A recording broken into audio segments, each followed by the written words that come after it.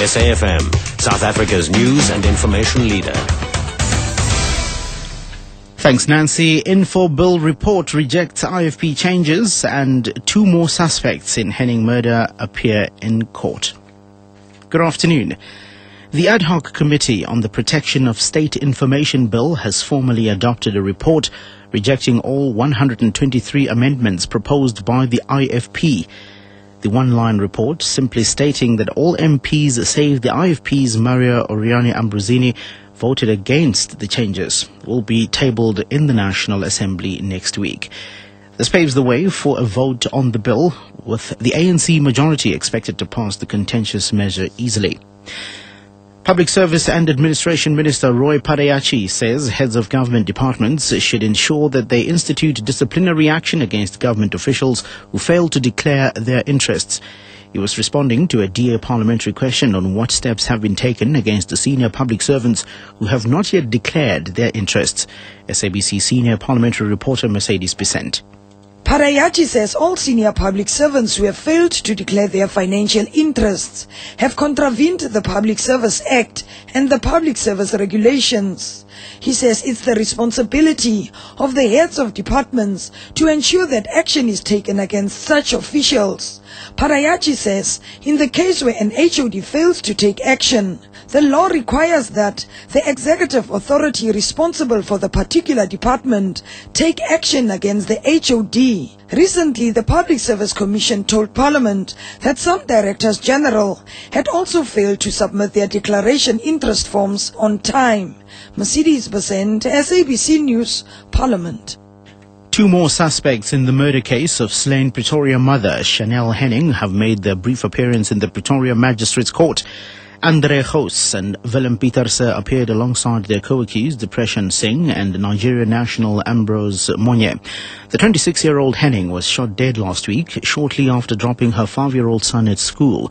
So far, 5 suspects have been arrested and appeared in court. The SABC's PM Kize has more.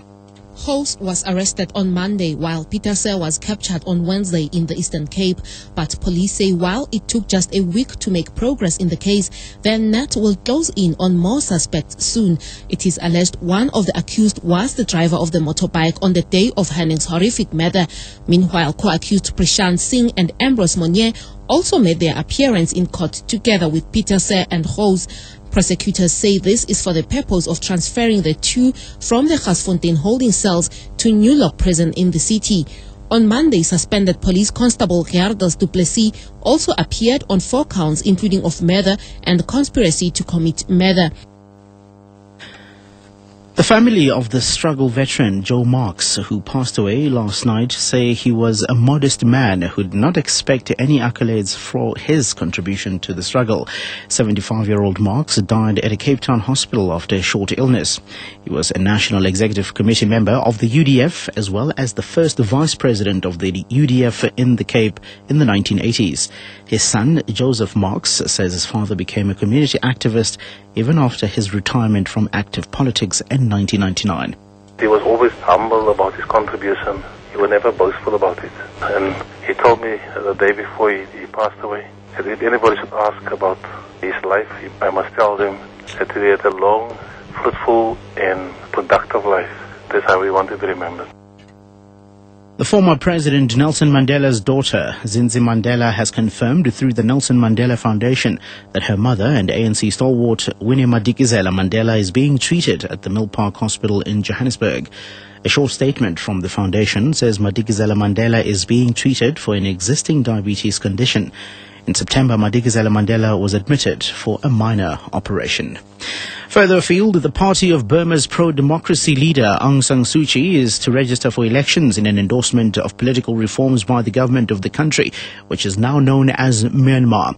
Earlier, US President Barack Obama said he had spoken to Suu Kyi and would send his Secretary of State Hillary Clinton to Burma next month, the first such trip there by a senior American government official for 50 years.